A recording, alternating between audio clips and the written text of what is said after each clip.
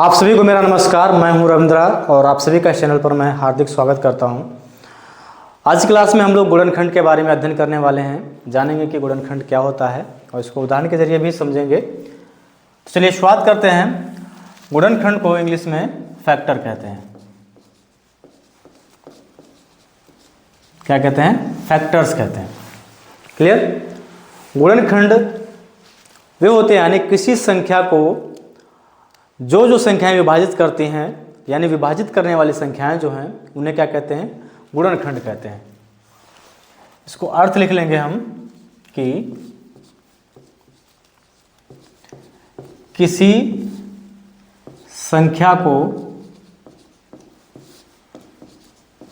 विभाजित करने वाली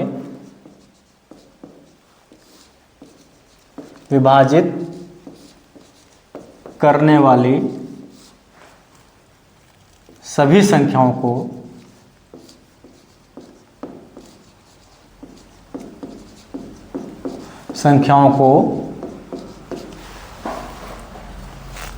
गुणनखंड कहा जाता है। संख्याओं को उस संख्या के गुणनखंड कहा जाता है। संख्या के गुणनखंड कहा जाता है। क्लियर? आप इस तरह से समझ सकते हैं।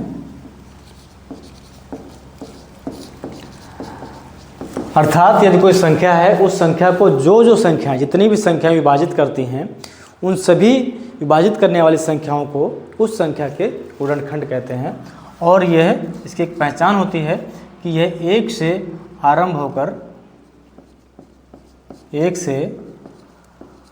आरंभ होकर स्वयं पर समाप्त हो जाते हैं।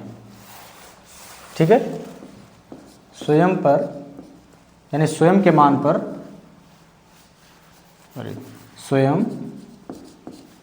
पर समाप्त हो जाते हैं।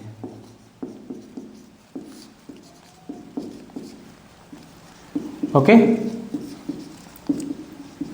ये तो समझाने के लिए हो गया। अब इसको और बेहतर तरीके से समझने के लिए हम एक उदाहरण ले लेते हैं ताकि और अच्छे से समझ में आ जाए। उदाहरण क्या लेंगे कि 15 के गुणनखंड बताएं, यानी फैक्टर बताएं। गुणनखंड 15 के गुणनखंड किस तरह निकालेंगे? एलसीएम विधि से निकालेंगे, यानी लासापा विधि से। यानी 15 किन किन संख्याओं से विभाजित हो रहा है? सबसे पहले सबसे छोटी संख्या लेंगे, 2 से विभाजित नहीं है, 3 से होगा। 3 पच्चे 15। अब 5 किससे विभाजित है? 5 एकम 5, यानी 15 क्या है? 3 से विभाजित हो रहा है। 3 गुणे 5 गुणे 1, यानी 3 पच्चे 15 तो एकम 15।